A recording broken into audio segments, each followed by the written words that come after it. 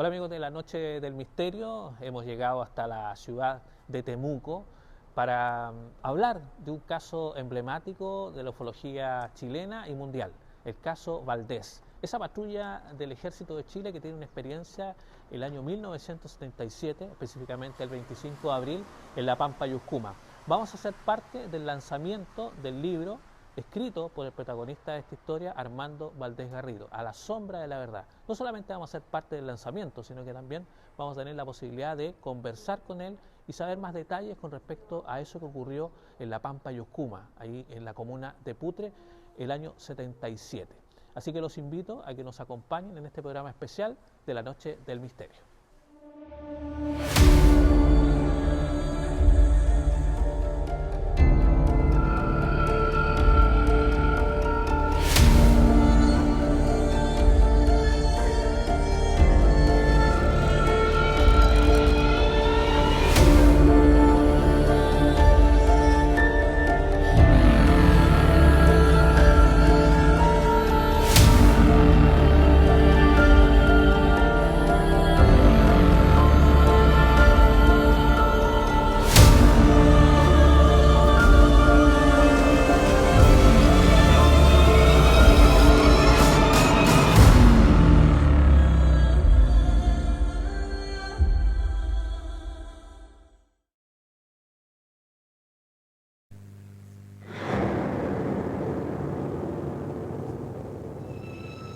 Eran las 3:40 de la madrugada del lunes 25 de abril de 1977, y pese a la impenetrable oscuridad del desierto, los jóvenes conscriptos Pedro Rosales y Juan Reyes corrían hasta donde se encontraban sus compañeros de patrulla.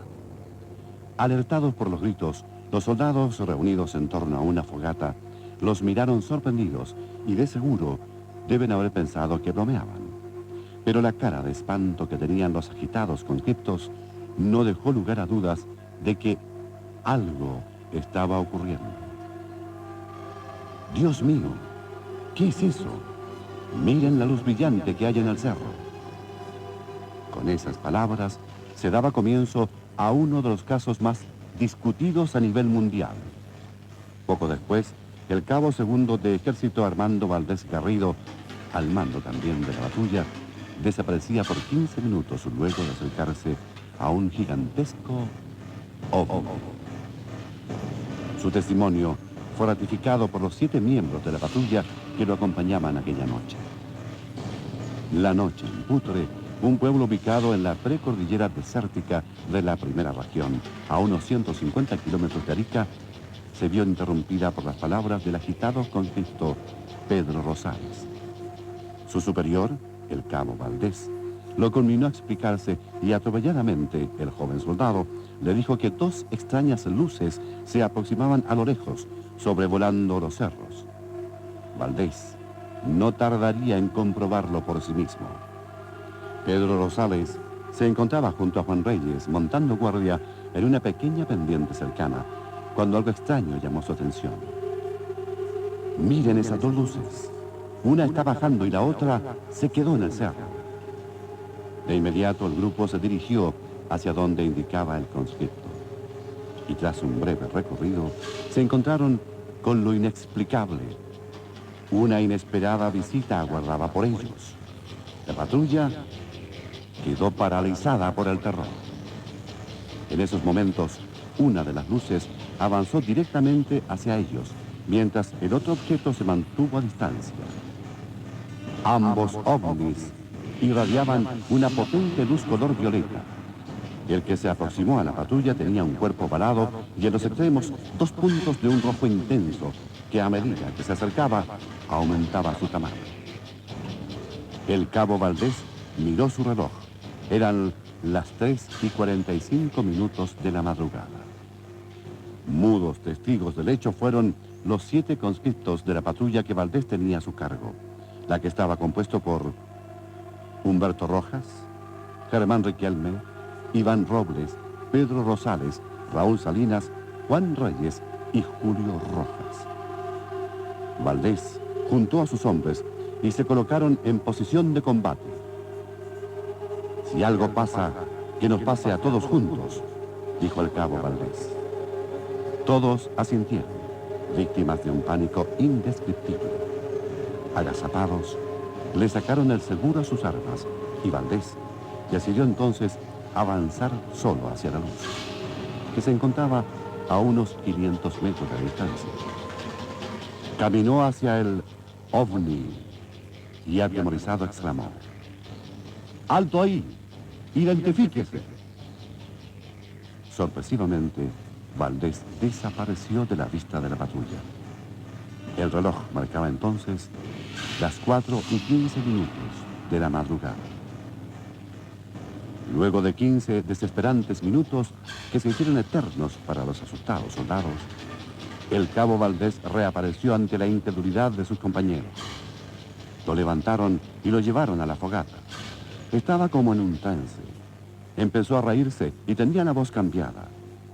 Fue en esos momentos cuando exclamó la célebre frase que más tarde daría vuelta al mundo: ustedes nunca sabrán quiénes somos, ni de dónde venimos, pero volveremos.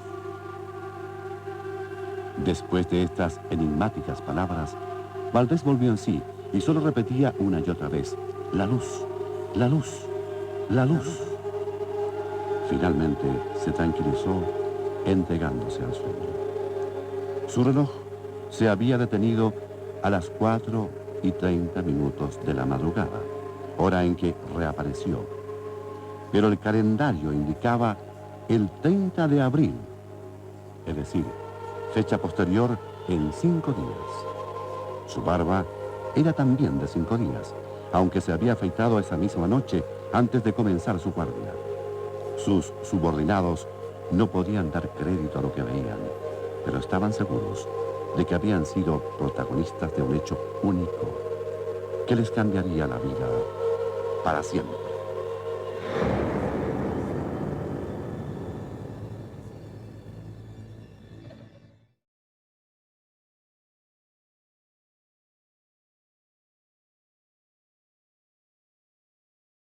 Vuestra presencia, la de cada uno, tengo amigos, muy buenos amigos, ex camaradas también, tengo familias, está mi esposa, están mis hijos, está mi yerna también aquí, yerna le digo que se enoja, ella es mi nuera, Cristina, mis hermanos también, carnales, digo hermanos carnales porque soy cristiano y tengo hermanos en Cristo. Ellas son mis hermanas carnales también y también tengo hermanos en Cristo presentes. Es un gozo, como decía Daniel, poder estar acá por primera vez. Me costó 20 años, yo diría que un poco más, me falla la memoria, creo que más en poder de alguna manera dilucidar y terminar esta obra que me complicó por años, me mantuvo entre la verdad y la mentira.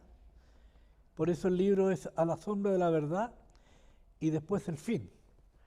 Un libro que cuenta y relata evidencias que no se han dicho nunca, otras que sí las van a encontrar, pero mayormente es un libro que el autor, por supuesto que soy yo, intenta anunciar al mundo una verdad intrínseca en el libro que tiene que ver y está relacionada directamente con un hecho real que a mí me ocurrió hace más de 40 años atrás. Un hecho paranormal relacionado con todo esto que se le llama objetos voladores no identificados, extraterrestres, marcianos, como quieran llamarle ustedes. Y es una historia larga para mi familia en especial, para mi esposa, mis hijos que cargaron con ella por años, desde pequeños, cargaron con esta historia que me persiguió por años y que en un momento dado yo creí que esto terminaba, en el libro en parte relato, y que esto quedaba ahí y no avanzaba más, pero me di cuenta que esto crecía, Daniel, como una bola de nieve que acarreaba un sincretismo de historia. Significa una mezcolancia de un poco de aquí, un poco de allá, un poco de este lado, y esta bola de nieve creció, creció y me empezó a atormentar a mí, mi vida, ¿no es cierto?, mis pensamientos. Estuve en un encuentro personal con un ser divino que es Jesucristo, donde me promete él que mi vida cambia y que mi pasado se borra, y aquí son todas las cosas hechas nuevas. Los que son hijos de Dios entienden esto, los creyentes, pero yo me di cuenta que para mí no terminaba, esto era un pasado que no se borraba, seguía en mi camino.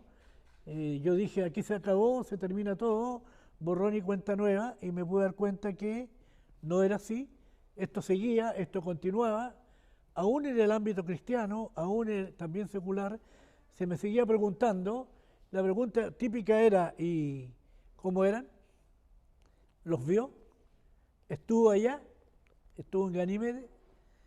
Y incluso aún mis soldados que estuvieron conmigo en esos tiempos, uno de ellos también relata en televisión que vio una nave del porte del Estadio Nacional, que vio a estos seres y en un momento dado, con todo respeto y cariño para él, cayó en esa paranoia de que él tenía relaciones con una extraterrestre y se juntaba con ella. Entonces esto se empezó a crecer y yo sentía en mi corazón que yo sabía la verdad y por alguna razón omití muchas cosas. En el libro hago mea culpa también y empiezo a entender de que yo tengo que contar la verdad de lo que ocurrió. Empiezo a entender que tiene un propósito para mi vida lo que ocurrió. Nada es al azar, nada ocurre porque sí, tiene un propósito. Pero tenía que encontrar cuál era el propósito de lo que me había ocurrido. Si esto no se acababa, esto no terminaba y seguía en mi vida, seguía en la familia, en el entorno sobre el caso, entonces empezó a nacer en mí la intención, la idea de poder contar mi verdad en un libro, ponerle un título que fuera ad hoc a lo que me estaba pasando y entender que hay una gran verdad que no se ha dicho, que no todo el mundo la conoce, que va a ocurrir en el futuro, y encuentro la relación con lo que me ocurre en el norte, hace ya 40 años, un fenómeno que en un 90%, aquí lo relato, es real, es verdad. Mis hombres que estaban conmigo lo cuentan, relatan los detalles. Hay un libro por ahí entre medio también que de uno de los mejores que he visto también que relata mi historia, ¿no es cierto? Y denuncia más o menos cómo ocurrieron los hechos y encuentro que es necesario que yo lo escriba. Pero ¿cómo comenzar esta escritura si yo no era escritor, no tenía idea de escritura? Y así comencé con muchos a hacer contratos y tratos para escribir este libro. Empecé a tomar nota en mis tiempos, papeles roneos. Tengo en mi poder papeles roneos, que ya están casi borrosos, que son históricos, donde yo notaba y anotaba cada cosa que quería escribir para poder hilando la historia y poder relatar una verdad que se relacionara con mi caso en el norte. De esa manera llego a este libro y empiezo a descubrir en el mismo libro que hay un temor, como decía Daniel también en un principio, hay un miedo y muchas cosas ocurrieron oponiéndose a que yo lanzara este libro. El famoso escritor J.J. Benítez y otros más por ahí intentaron escribir conmigo el libro, poner su pluma extraordinaria. Yo no soy nada al lado de ellos, pero no pudieron llevar a cabo esta historia conmigo, se diluyó en el tiempo y no pudimos escribirlo. Y me encuentro conversando con el Creador y en mí mismo, en mi mente, en mi espíritu, me doy cuenta de que el Creador me dice que yo tengo que escribirlo, yo tengo que ser el autor y me pregunto, ¿yo tengo que escribirlo? Yo tengo que escribir estas notas que no tengo idea cómo comenzar, mis miedos, mis temores. En el libro pongo este dato. Y también descubro en este libro 7 situaciones que usted va a tener que descubrirlas al leerlo. Es un libro dinámico que no tiene nombres, no tiene Pérez, ni Juan, ni Roberto, ni Lucho. Tiene diálogos de personajes ficticios, por supuesto, en una tesis de lo que va a ocurrir con la humanidad en cualquier momento. Aquí el libro se adelanta un poco a lo que va a ocurrir y tengo la convicción que así va a ser. Y este libro habla de extraterrestres, de posible invasión extraterrestre, habla del personaje que se encuentra viviendo en tiempos difíciles, en tiempos de abducción, en tiempos de marca, en tiempos de miedo, de temor. Y este libro es un libro dentro de otro libro. El lector, el buen lector, y no quiero ofender a nadie, y sé que si están aquí son buenos lectores, tendrán que descubrir el libro que está dentro de este libro. Aquí está mi historia descubierta por un personaje en el libro, y aquí yo relato paso a paso, casi científicamente, lo que ocurrió en el norte el 25 de abril de 1977, aproximadamente a la 1 de la mañana. Les cuento una anécdota. Toda la historia mundial habla de las 4 de la mañana, aquí yo relato por qué no es a las 4 de la mañana, sino es más temprano. Hartas cosas que se dijeron que no son verdad están aquí, y hartas cosas que son verdad, ¿no es cierto?, que también yo aquí las denuncio. Es un libro con intriga, rápido, de fluidez de lectura, donde usted va a poder entender fácilmente, y usted va a tener que tomar la decisión. El libro es un llamado para cada uno de ustedes, quienes lo quieran leer y ver, de tomar una decisión, si creer o no creer lo que yo aquí relato. Pero yo fui el que viví la experiencia, yo fui el que sufrí las consecuencias por años. Quiero también decirles que por años intenté comunicarme con mis soldados, a ti te lo conté, Daniel, para poder no pasarlos a llevar y decirles voy a escribir un libro donde quiero nombrarlos, donde quiero que ustedes participen, y nadie quiso en realidad. Muchos se negaron, no entiendo el motivo, por muchas razones. Por eso que en el libro no menciono a nadie. No menciono el nombre de mis soldados, no nombro a superiores, sino hechos solamente. ¿Quiénes son los encargados y van a ser los encargados de descubrir la verdad de este libro? Son ustedes, el que vaya a leer este libro. Él descubre las 7 situaciones que ¿cómo le podemos llamar? El que vivió la experiencia, que soy yo por supuesto, en este libro, relata que fue inevitable, pero inevitable, que yo estuviera el 25 de abril de 1977 a la hora y el día exacto en Putre. 7 cosas que usted tiene que descubrir. Están relatadas de forma clara en el tiempo del libro, que, insisto, esas 7 cosas no permitieron que yo no estuviera a nuestro lado, que no fuera el día 25 de abril. Y eso también rebotó en mi vida con el tiempo. Me di cuenta que lo divino, Dios mismo, permitió que yo estuviera ese día allá, pero me costó descubrir por qué. ¿Cuál era el motivo que a mí me hubiera ocurrido un fenómeno tan especial? Y ustedes lo han visto en la televisión, yo sé que los que están aquí lo han leído en internet, hay muchas páginas de internet que cuentan muchas cosas y también le ponen otras cosas, ¿no es cierto? Y yo cometí muchos errores de omitir algunas cosas. Siempre dije, mis soldados lo dicen, ellos lo comentan, y yo no lo confirmaba. Ese silencio, esa ¿cómo es la palabra? Esa complicidad de quedarme callado, obviamente hizo que esta bola de nieve creciera más de lo que corresponde. Por eso digo yo, en mi libro hay verdades. Me costó mucho animarme, atreverme a contarlo, porque había que contar la verdad. Y la verdad puede ser un desastre a veces. Pero a mi vida, créanmelo, yo con este libro quedo, es un desahogo a mi vida personal y espiritual, y me quedo tranquilo.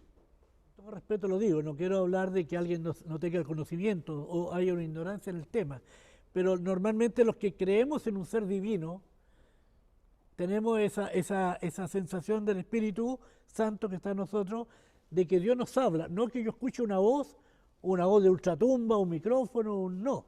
Pero yo sentí, cuando yo quise buscar a J. Benítez, que viajó aquí cuento una anécdota con él, estuvo en mi casa, que en Temuco de incógnita, muy divertida lo que me pasó con él, y muchos más de la televisión, periodistas, que intentaron y hicimos contratos escritos para escribir mi libro, porque yo no era escritor. ¿Qué es lo que iba a hacer yo? Era relatarles lo que había vivido y ellos lo iban a escribir. En ese contexto me encontré, primero me di cuenta de lo siguiente: si yo soy pintor y me gusta pintar y quiero pintar un cuadro hermoso, un paisaje, pero le digo a Daniel, Daniel, por favor, tú eres bueno para pintar, píntame el cuadro y yo te digo los colores que hay que poner. Entonces me di cuenta que cuando el cuadro estuviera lindo, yo iba a decir, mira el cuadro que pinté. Mentira, el cuadro lo pintó él, no yo. En ese contexto me di cuenta de que el divino creador me estaba guiando a que, me di cuenta, a que yo fuera el escritor. En el libro yo hago una expresión: yo voy a escribir el libro, Dios, lo voy a escribir yo, tú lo tienes que escribir. Y con mucho temor y mucha ignorancia y con mucha falencia de muchas cosas, empecé, ¿no es cierto?, a escribir. Me levantaba a las 3 de la mañana, mi esposa es testigo, de repente, ¿dónde vas? Me iba a la cocina o al comedor porque despertaba y me acordaba de lo que había escrito 2 días atrás, y para enhebrar la historia me levantaba a escribir para que no se me olvidara. Y de ahí dejaba 2 semanas sin escribir, 3, por eso tantos años, porque quería realmente contar una verdad, y aparte que me detenía, porque decía, ¿cuento o no cuento la verdad? Lo digo, si lo digo, en la mitad del mundo se me viene encima, o la mitad de la ufología, por decirlo así. Aquí hay muchos que son investigadores serios, está Cristian Rifo por aquí también, le conozco de años, que es un investigador serio de los hechos. Rodrigo Bravo también, que está en Punta Arenas, un investigador serio, donde no podemos negar con un dedo los fenómenos anormales que ocurren, ¿sí o no? FANI, creo que le llaman, fenómeno aéreo no identificado, ya no es OVNI, porque la palabra OVNI se contamina con platillo volador, con marciano, con no sé. En cambio, FANI es un fenómeno que se eleva, que se mueve en distintas direcciones, pero no sabemos lo que es. No hay pruebas tangentes, ¿no es cierto?, de que son seres de otros mundos, pero que vemos y que existen y que se mueven cosas especiales, las hay. La viví yo la viví. Y en el libro cuento si realmente vi lo que vi y si estuve, donde dicen que estuve, haciendo un juego de palabras. Pero aquí lo relato, con mucha valentía lo digo acá, así que cada uno podrá tomar de sí su opinión sobre el libro. A la verdad habría para escribir otro libro. Me ocurrieron hartas cosas extrañas, muy extrañas. Y a veces no las comento porque no quiero avalar ni quiero animar a que se siga, ¿cómo podría decirlo de forma correcta? Llevar a la imaginación a cosas que tal vez no lo son, no sé si me entiende. Pero sí, tira Marcela, perdón, me han ocurrido cosas bien extrañas. Mi vida espiritual cambió del cielo a la tierra, pero no por el hecho que me ocurrió. Lo que a mí me ocurrió, y les cuento una anécdota. Cuando ocurrió los hechos y ocurrió el desastre en Putre, que un soldado no quería hacer más guardia, porque ellos empezaron a proliferar este caso, a mí me dieron licencia que me fuera a Arica, que me olvidara del caso. Fui a ver un médico, el médico me dijo, mira, duerme, te voy a dar un diazepam para que duermáis bien, tómate unos 15 días de licencia, anda. En ese tiempo yo tenía otra vida, anda a bailar, me dijo, anda a pasarlo bien y olvídate del caso. ¿Listo? Me dejé la barba y empecé a vivir, a seguir el consejo del doctor al pie de la letra.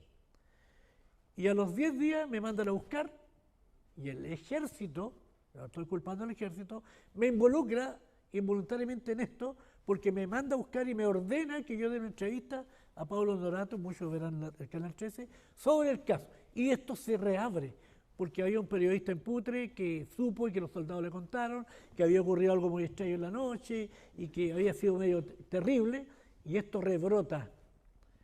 Porque si no hubiera sido por eso, téngalo por seguro que yo hoy día estaría contando esto en forma interna en mi familia. Y en mi familia no se toca mucho, créanmelo.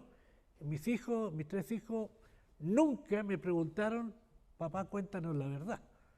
Ellos escuchaban, y en los círculos cercanos yo siempre intenté contar la verdad, pero la verdad quedaba ahí nomás y no proliferaba, no crecía. Entonces era lo mismo, era como no contar nada. Pero mi vida espiritual cambió por un tema, un vuelco 180 grados, por un tema mayormente una enfermedad de mi hija mayor, y ahí yo me dedico a eso nomás. Y cuando entro en ese ambiente de cambio de vida, y vuelvo a decir, me doy cuenta y me encuentro con algo muy especial en esa escritura. Y no quiero hacer una predicación aquí, yo soy pastor, entre comillas, que la escritura dice que el que reciba a Cristo en su corazón, he aquí las cosas son todas hechas nuevas, el pasado se olvida y no existe. Dije yo, bien, dije yo, bravo. Lo de atrás no corre ahora, no hay ninguna posibilidad. Pero me encuentro que todo cambió, claro, el pasado de mi vida cambió. Yo cambié un 180 grados, pero esto no cambió, siguió. Y eso me inquietó. Y yo en el libro Relato empecé a discutir con Dios. Empecé a reclamarle a Dios. Bueno, la promesa es que se cambia todo, pero esto no cambió. ¿Por qué? Entonces, como Dios sabe lo que va a ocurrir, en mi convicción, dije, si Él permitió que me ocurriera eso allá, tiene que haber un propósito. Y llego a la conclusión que el propósito era contar mi verdad en un libro. Dispuesto a asumir cualquier costo. Y me encuentro con la historia de Isaac, de Abraham e Isaac, los que saben la historia de la Biblia. Dios le pide a Abraham que sacrifique su único hijo, que le había prometido una semilla de millones de herederos. Entonces dije yo, y mi hija estaba enferma, no se curaba, seguía su enfermedad. Entonces dije entre mí, Dios me está pidiendo que yo sea capaz, y a algunos después no les va a gustar lo que digo, porque hoy día se consensúa mucho eso. Y yo dije, Dios me está pidiendo que haga lo mismo, que esté dispuesto de corazón a entregar a mi hija al costo que sea, sí, pero yo le voy a servir a él. Y esa fue mi decisión. Se lo comenté a mi esposa, me acuerdo que Anita me tomó de la solapa y me dio un par de combos chiquititos aquí en el pecho para decirme que estaba loco. ¿Cómo se le ocurría decir eso si mi hija se estaba muriendo? Y yo decía, le dije a Anita, el Señor nos está pidiendo que nos entreguemos a Él, y entonces que se lleve a mi hija y Él sabrá lo que tiene que hacer. Yo recuerdo que me emociono mucho cuando cuento esto, que le dije al Señor que había una sola cosa que Él me tenía que perdonar. Yo estaba dispuesto a entregar a mi hija, estaba dispuesto a que se la llevara, que la iba a servir, pensando que Él sabría cómo me iba a consolar, pero que me diera permiso porque yo iba a llorar. O sea, lo único que le pedía que me perdonara, si mi hija se la llevaba, yo iba a llorar. Eso Él no lo iba a poder evitar y le pedía perdón. Bueno, ahí atrás está mi hija, no voy a decir la edad, pero allá está. Ahí la tengo conmigo todavía.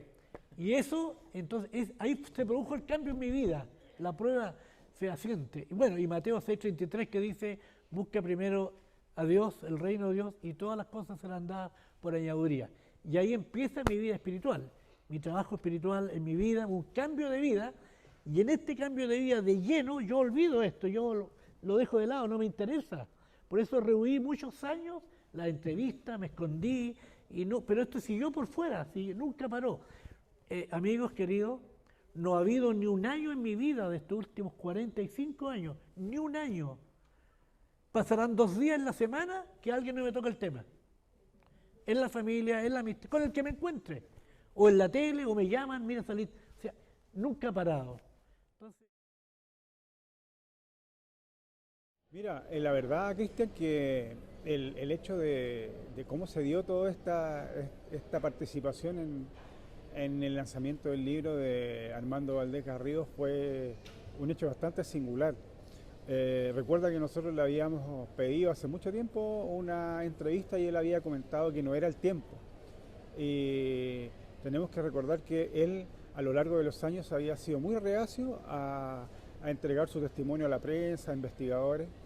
Y lo bueno es que ahora, con el lanzamiento de su libro, está abriendo una nueva etapa y a la vez cerrando un ciclo, abriendo una nueva etapa porque él encontró que en este momento el lanzar su libro le va a permitir contar la historia que no se conoce. él nos comentó que habían muchos antecedentes que habían sido inventados por investigadores, por una serie de personas, incluso por algunos entes militares, que habían entregado información que no era correcta. Y eso él quiere dilucidarlo a través de este libro, A la sombra de la verdad. Y eso me parece algo súper interesante, porque hay que recordar que más allá de un libro relacionado con el tema de los ovnis, el libro A la sombra de la verdad nos va a contar y nos va a hablar de las reflexiones de Armando Valdés sobre el caso y sobre su experiencia posterior al incidente y muchos hechos y circunstancias que ha tenido, como experiencia cercana a la muerte. Incluso alguna anécdota nos comentó de una visita que tuvo de Juan José Benítez a su casa en Temuco de manera sorpresiva. Bueno, eso aparece más detallado en el libro.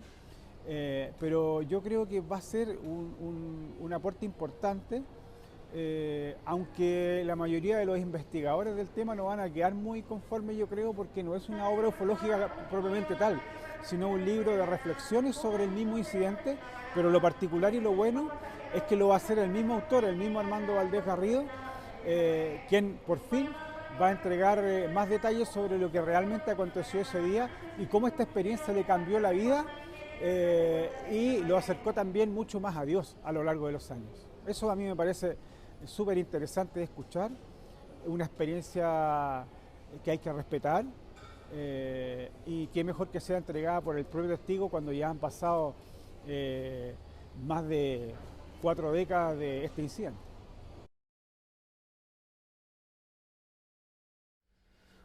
Don Armando Valdés Garrido, primero agradecerle por concedernos esta entrevista para la Noche del Misterio. Estamos en un día muy especial para usted y también para la ufología, porque es un día que habíamos esperado harto, el lanzamiento de su libro, A la sombra de la verdad.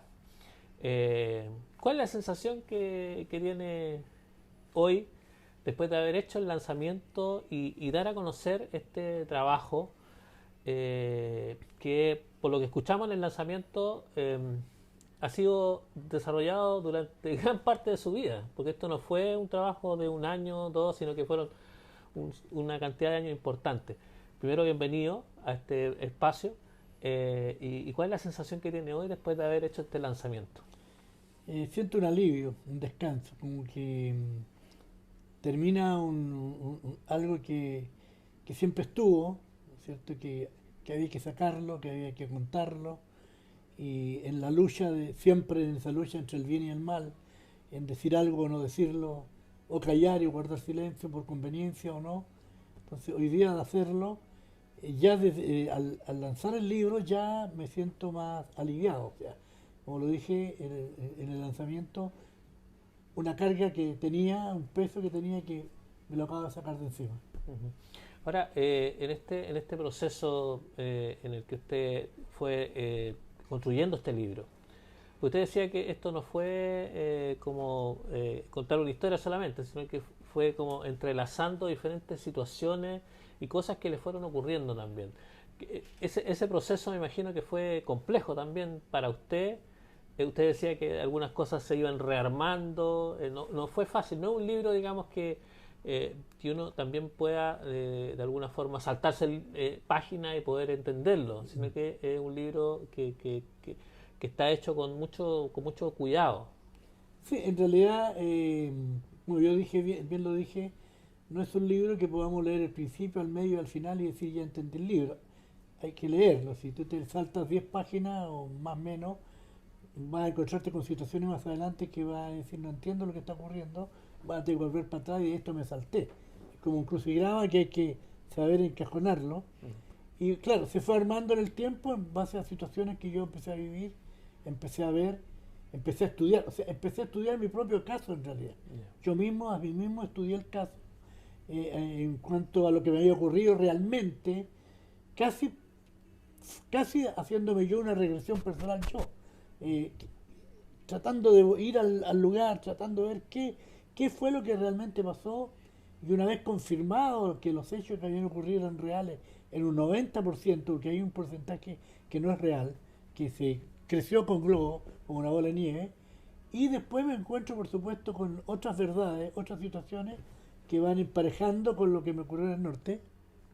El tema era cómo encajaba lo que a mí me había ocurrido y lo que me estaba ocurriendo en el momento con lo que yo había descubierto para el futuro. Esa es la idea. Ese es en realidad el centro del objetivo del libro. Hay una verdad que tengo que contar, hay algo que va a ocurrir, pero tenía que cuadrarlo y no inventarlo, sino yo ya me había dado cuenta que lo que me había ocurrido en el norte tenía mucho que ver con lo que yo tenía que contar y lo tenía que encajar. Por eso el libro de alguna manera también tiene un poco ficción con los personajes que hay ahí, que viven un futuro, e incluso es más, en un momento dado, digo lo mismo que dijo el apóstol Pablo en las Escrituras cuando él dice, seremos transformados. Él piensa que él va a vivir esa situación, pero no la vivió. Y yo en una parte del libro pongo, es posible, cuando está leyendo el autor externo del libro, está leyendo mi libro en el mismo libro, dice, es posible que yo no esté cuando ustedes lean el libro. Entonces yo siempre pensé años atrás, y se lo decía a mis hijos de repente, si yo no estoy, lancen el libro, porque capaz que yo me muera, y bueno, y cuando me muera, el libro, él dijo que tal vez no iba a estar. No ocurrió así en realidad, pero era una idea muy mía, de que podría ser que yo me muriera antes. Así que, perdón, siempre estuvo claro el final, el objetivo del libro. Ahora, usted dice, la génesis, por supuesto, de esto, y todos lo sabemos, es el 25 de abril de 1977. Si pudiéramos hacer si nos pudiéramos ir ese día, ¿qué es lo que usted recuerda de esa noche? Me refiero a la noche previa, digamos, a la experiencia misma, cuando ustedes están en el regimiento. ¿Qué es lo que recuerda usted de ese día en particular?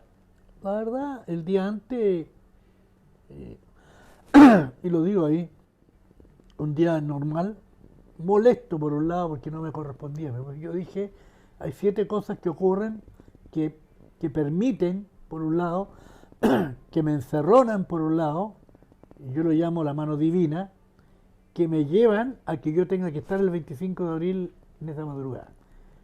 7 cosas que ocurrieron que cualquiera de esas que no hubiera ocurrido, yo no habría estado el 25 de abril. Y eso lo fui encajonando, lo descubrí. Y eso lo va a tener que descubrir el lector. El lector lo descubre. Y el día antes estaba en la última movida que pongo yo de la mano divina, donde ya me correspondió hacer algo que a mí no me correspondía, que me ordenaron hacer. Y por ese motivo yo me encuentro, si yo no hubiera estado, le habría tocado a otro. Pienso que le habría tocado a otro. Ahora, yo no quiero decir que fui el elegido ni que era para mí, pero en ese divagar mental mío, espiritual, puedo decir que en una de esas era yo, por decir, ser vanidoso, a lo mejor el elegido para que ocurriera, porque como hay muchas cosas que se dan para que yo estuviera, entonces es posible que para mí estaba reservado el momento. Claro, y ese momento cuando ya están en la Pampa de Ucumá, ustedes tienen un avistamiento. Ese avistamiento usted confirma, digamos, que es real, 90% real. Ya. Tú me lo escuchaste el año 99 y lo viste como lo grafiqué, o sea, no hay ninguna duda, o sea, y lo vieron mis soldados, o sea, ellos están en algunos aspectos pudieran estar ellos sinceramente equivocados, porque ellos vieron el fenómeno en un momento dado de un lugar, de una óptica, y yo lo vi de otro lado, después de que yo me separo de ellos. Pero el fenómeno en sí, en la luz, la primera luz, la bajada de la primera luz, el esconderse tras el cerro, producir un destello que me indicaba que había algo del otro lado y que después aparece otra que yo no alcanzo a ver cuando aparece porque estoy de espalda, y cuando doy vuelta a la vista aparece eso, y que nos metió miedo, y que la luz no sé si se acercaba, pareciera que se acercaba o aumentaba el volumen de la luz y hacía que nosotros retrocediéramos.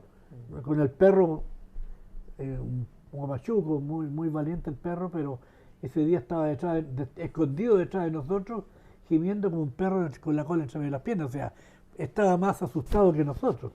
Y eso me indicaba a mí, de ahí parte una idea también, que lo que yo estaba viendo no era bueno. O sea, yo siempre entendí que lo que a mí me había ocurrido no era bueno. ¿Y eso tiene que ver con la reacción justamente de los animales con respecto a él? Correcto, correcto. Bueno, el ver que el ganado se asusta y arranca, y ver que el perro se asusta, yo dije inmediatamente, bueno, siempre sabemos que el perro parece que tuviera un instinto más superior a nosotros a percibir algo más que nosotros. Eso me asustó y nos asustó bastante. O sea, nos aterrorizó realmente. ¿Usted sabía, en ese entonces, o cuánto tiempo después ustedes supieron que en ese mismo putre había ocurrido otra experiencia también que se hizo? Yo no tenía idea. Yo vine con los años a saber después que había habido algo, no estoy seguro si con un soldado boliviano, Sí. no recuerdo, pero eso yo lo supe después, con el tiempo, un par de años después. Pero en el momento nunca ni siquiera se nos pasaba por la mente pensar en una cosa extraña de ese tipo. Siempre se dijeron cosas, se contaron cosas, por ejemplo, que usted siempre se reunía los días 25 de abril de cada año con toda la patrulla. Se decía, por ejemplo, que claro, que usted se había convertido en un genio matemático. Se dijeron muchas cosas en torno al. ¿De qué manera usted en este tiempo iba escuchando todo eso y cómo hacía para no reaccionar? Porque nosotros, como investigadores del fenómeno, siempre quisimos saber su verdad con respecto al fenómeno. ¿Cómo lo hizo y por qué se mantuvo quizás tan alejado Yo pienso que del fenómeno? con la convicción de que lo que se decía no era verdad. O sea, sinceramente, mi arma era saber que no era verdad. Y mi arma fue siempre que mientras yo no contestara, no daba a luz para que siguiera por ejemplo, y yo lo decía para mí, así lo comentaba a mi esposa, a mi familia cercana, porque a ellos me decían, pero contesta, hace una demanda, reclama. Y no, porque le voy a dar, le decía yo, hoy día sale Cabo Valdés, contesta al periodista y el otro día le contesta al periodista, o sea, y entre chistes y para vender muchos diarios, lo único que van a ganar son ellos y nosotros vamos a estar dando peloteo de ping-pong. Claro. Entonces, de alguna manera, entre un buen humor y una convicción que no era verdad lo que se decía de mí, no me causó efecto realmente psicológico. O sea, como le digo, yo lo dije en la reunión en delante, yo fui capaz de quedarme, y no es la primera vez. Yo he estado en reuniones donde están hablando de mí y no me han reconocido. Y yo me he quedado callado. No he hecho nada. Y han hablado bien y mal y tonteras, pero yo no. Salvo cuando yo he sentido la necesidad de hablar con alguien que en forma seria me quiere preguntar, en forma no de. ¿Cómo se llama una palabra? Que hay una palabra como que hay así como un asedio, así, cívico de saber. ¿No es cierto? No, si alguien me pregunta seriamente y quiere saber, no tengo empeño darle una charla de todo lo que me hubiera ocurrido. Claro. Ahora, en este libro, usted narra una serie de situaciones que ocurren. Algunas de ellas tienen que ver con otras situaciones vinculadas con el fenómeno OVNI. ¿Ha vuelto a tener experiencias? Bueno, en el libro yo no cuento absolutamente ninguna otra experiencia de ningún tipo. He tenido algunas situaciones especiales, sí las he vivido. En forma sorprendente, sí. Pero en el libro no cuento ninguna de esas cosas. Pero sí, en el transcurso de los años he tenido alguna experiencia que me han llamado la atención. Más que eso, nada. Ahora, en esta relación con los conscriptos, ¿usted sigue teniendo contacto con ellos? ¿Ha intentado? No, nunca pude tener relación con ellos porque muchos de ellos no me contestaron. Y como yo en el fondo quise, a ver, hace más de 20 años atrás yo quise, y aún escribiendo el libro, yo quería, en el fondo, a ver, no me quitaba el sueño. Si a mí me hubieran dicho, don Armando, no hay lanzamiento, o sea, aquí se acaba, se quemó el libro, se quemó la maqueta, qué pena, se quemó nomás. O sea, yo viviría tan tranquilo, lamentando no contar una verdad. ¿Me entendiste? Porque no. Pero no, con los soldados con Cristo nunca me pude comunicar. Algunos me han saludado. Ya. Rosales me ha saludado y no sé quién más. Ahora, hay un soldado que dice que si yo le hablara, no sé qué pasaría. Entonces yo no sé a qué se refiere realmente. O sea, Ahora, dentro de las cosas que han dicho los conscriptos, yo tuve la oportunidad de hablar con uno de ellos y él me decía que lo había visto a usted esa noche previa, digamos, a la salida desde Huamachuco hacia La Pampa y Uscuma, afeitarse. Y que después él asegura de que usted apareció con la barba crecida. claro, sí, yo sé quién es. La verdad que después está viendo cosas de saber la historia de ese muchacho, después uno se da cuenta de que tengo la idea que él intentó subirse arriba de un barco, tal vez como me vio a mí en la tele y tal vez pensó que yo ganaba millones de pesos y que me hacía rico, tal vez, pienso yo. Pero te cuento algo, hay un cabo que yo conozco, X, donde él dice que él me pasó una máquina a afeitar en la mañana para afeitarme. Yo acudí a hablar con él con Patricio Soboleme para decirle por qué no decía la verdad que no era así. Y su respuesta no fue decirme, fue así, sino él me dice que no puedo estar dando declaraciones porque tengo un hijo que es oficial. Esa fue su respuesta. Entonces, hay dos versiones que matan la idea de que yo me haya afeitado el día antes. Porque uno dice que el que tú dices, dice que él me pasó un lavatorio con agua y en La Pampa y Uscuma. Incluso hay uno que dice que estando ahí abajo, yo me afeité, cosa que era imposible. Y hay otro que dice que arriba me vio afeitarme, y este cabo que dice que él me pasó su máquina para que yo me afeitara. Entonces siento la idea que ellos, dentro del fenómeno, quieren estar arriba también del buque. Ahora, ¿en el libro aparece algo de eso? No, nada. Nada. Nada, no. Como te digo, mi libro, la intención mía es contar lo que a mí me ocurrió en el momento, allá. Mi libro está centrado en lo que a mí previo, durante y después de lo que me ocurrió allá, en la noche de ese día. Un poco de mis soldados, sus características de lo que pudimos haber hecho, lo que pasó después, y va apuntado, y eso lo está leyendo el personaje ficticio del libro. Está leyendo, le encuentra mi libro, va a descubrir algo especial y se da cuenta que hay algo que va a ocurrir. Es lo que usted decía, que hay un libro dentro de este libro. Sí, hay un libro dentro de este libro.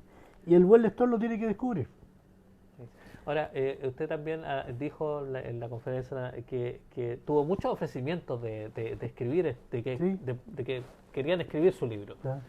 Pero usted entiende hoy que eso no se dio porque era usted el que tenía Sí. que escribirlo. O sea, tengo la convicción, o sea, la evidencia está, o sea, sin eso se decanta solo, como una catarata de agua que cae, y que al final terminé haciéndolo yo. Como decía J. Benítez, viajó a Chile exclusivamente con un contrato en mano, listo para escribir el libro, ofreciéndome, que no viene el caso de decirlo, otro tipo de cosas, pero no fue así. Y yo le dije a él, si esto no está escrito, si esto no está dispuesto por el de arriba, no vamos a escribir el libro. Él se sonrió, como queriendo decir, sí, creo, pero estamos tan encima que esto va. Porque y yo quería, la verdad que yo quería, él también quería, pero por una cosa se diluyó y no ocurrió, y no ocurrió, y no ocurrió. Él incluso vino hasta su casa y hay una anécdota muy interesante que nos contó que cuando estuvo en su casa. Lo cuento. Lo cuenta en el libro. O sea, hay muchos detalles sabrosos, digamos, de esos experiencias que usted tiene que están contempladas en el libro. Claro. Que es un libro que usted lo mencionaba, es un libro que es de fácil lectura, pero que hay que estar atento. Por supuesto. En realidad, como yo decía antes, sin ofender a nadie, pienso que son todos buenos lectores, pero para un lector que no es asiduo, que no es bueno para leer, seguramente capaz que ni lo entienda. Si está buscando algo que me imagino que él quiere encontrar y no lo encuentra, no lo va a entender. Ahora, el libro tiene él que descubrir, primero al autor, tiene que descubrir al autor en el libro, porque está, ¿no es cierto? Y tiene que descubrir también el personaje ficticio que también soy yo, porque yo me di cuenta que al escribir escribo características mías. Él habla con sí mismo, comenta, huye, y le pasan montones de peripecias, y yo me he dado cuenta que muchas de esas características son mías, que las plasmo un poco en el personaje, que está buscando mi libro, que lo encuentre y lo empieza a leer. Ahora, una cosa que usted mencionó ahí también tiene que ver con el ejército. Que tiene que ver con que el ejército, a usted nunca le prohibió hablar de este tema. De hecho, los ofrecimientos que llegaban, usted decidía si... Sí, tengo que reconocerlo, nunca el ejército nunca me puso problema, y es más, anecdotariamente, que no lo cuento en el libro, sí cuento que hay un documento que yo poseo, que me lo entregó J. Benítez, y ahí también doy a entender un poco algunas deslealtades, entre comillas, de algún alto mando, para haber entregado documentos que eran privados. Pero yo siento de que esa información fue pasada en forma maliciosa para desviar la atención de mi persona, para demostrar de que yo estaba loco o que era un borracho. Ahora, eso se vuelve a caer porque yo termino mi carrera con uno de los altos más grados de mi profesión, ocupando cargos sensibles en la institución. Entonces, se cae la tesis de que yo estaba un poco chalado porque no me habrían puesto jamás en los puestos que estuve si hubiera habido una mínima de pizca de idea de que yo tuviera un problema psicológico. Se habló de una hipnosis. ¿Qué tan cierto es el tema de la hipnosis? No lo cuento en el libro, pero algo hay por ahí, tal vez en una nueva versión lo cuente, pero... ¿Que hay una hipnosis? No es una hipnosis en realidad, porque, a ver, yo aprendí de que hay tres tipos de entre comillas, hipnosis. Una que es en donde yo estoy sentado y estoy mirando como una televisión lo que está ocurriendo, que me ocurre a mí. Me estoy viendo como me estoy quemando. Pero yo no tengo, el que me mira a mí, ojos cerrados, yo no tengo ninguna reacción porque digo, ¿qué está viendo? Me estoy viendo como me quemo. Por lo tanto, lo estoy viendo como una televisión. La segunda instancia es que yo me estoy quemando. Está viviendo esa situación, que es peligrosa. Y la tercera es que te están ayudando a no sé si llamarla hipnosis, te están ayudando a que tú regreses, una regresión, que tú regreses y trates de acordarte qué fue lo que ocurrió ese día. Que eso puede ocurrir que yo te diga a ti, cierra los ojos, por favor. Y esa es la más tradicional, ¿no? Claro, y eso lo usamos entre nosotros. A ver, hijo, acuérdate, a ver, cierra los ojos, a ver, trata de recordar qué fue lo que ocurrió, qué te dijo la profesora. Eso no es hipnosis, eso es tratar de ayudar a la mente. A esa situación yo sí me sometí. Y ahí ocurrieron algunas cosas bien extrañas. ¿Y esas cosas le sirvieron para el libro? ¿O eso es parte, digamos, de lo...? No. Eso me confirma, todas las cosas alrededor del libro me confirmaron de que es necesario que yo escribiera el libro. Pero no las cuento en realidad, porque no tienen... No encajarían en la historia. No sé si me entiende la idea. Sí. No encajan. Ahora, usted mencionó algo interesante que tiene que ver con que, por supuesto, usted al principio, cuando comienza a hacer el libro, no era un escritor. No. Y hoy día, después de tener esta obra en sus manos, verla, que la gente hoy día lo aplaudiera, la gente se llevó su libro, usted pudo autografiarlo. ¿Qué siente hoy? Y si este libro puede ser el primero quizás de otros que puedan venir. No, la verdad que no está en mis planes prioritarios de querer escribir otro libro. Fue tan difícil que si iba a ser igual, ni por broma. Pero si pudiera hacer una biografía de contar, lo venía comentando con mi hijo, cosas que no conté en el libro, que tienen relación un poco con el entorno, sí, es muy posible que pudiera aparecer una segunda edición, más o menos no igual, pero ya con otro tipo de cosas. Claro, porque ahora va a venir un proceso en el que nuevamente su figura va a estar públicamente, digamos, más expuesta. ¿Estaba preparado para eso? Fue una de las cosas que me frenó por años también el libro. si, si tú me dices, este libro estaba listo hace 2 años atrás, pero me detuve, ahí estaba. Porque le tengo temor a esto, o sea, la publicidad, la entrevista, las preguntas, y estos años he vivido tan tranquilito ahí bajo perfil, calladito, de que nadie me pregunte nada, y ya es como que el tema se ha estado como diluyendo, entre comillas, aunque como te digo, todos los años, o 2 veces en el año, o 3 sale en la tele, vuelve y me nombran, o alguien me pregunta, pero la verdad que me complica a veces un poco. Te complica un poco. Ahora, para finalizar, quiero que usted mismo le haga la invitación a nuestros telespectadores, la gente que nos está escuchando, para que conozca su obra, que le haga la invitación para que se metan en este libro, A la sombra de la verdad. Bueno, quisiera a los que van a ver esta visual, invitarlos a leer este libro, A la sombra de la verdad, y que tiene un epitafio final que es "y después el fin". Este libro de alguna manera denuncia y anuncia para la humanidad algo tremendo que va a ocurrir, tremendo, que aquí yo lo escribo, ¿no es cierto? Tal vez con una tesis de ficción, tal vez de ciencia ficción, porque todavía no ocurre, porque es lo que yo pienso que va a ocurrir en base a muchos estudios que he tenido. Así que aquí cuento mi verdad de lo que ocurrió el 25 de abril del año 77. Es una lectura fluida, fácil de entender y que no se puede saltar.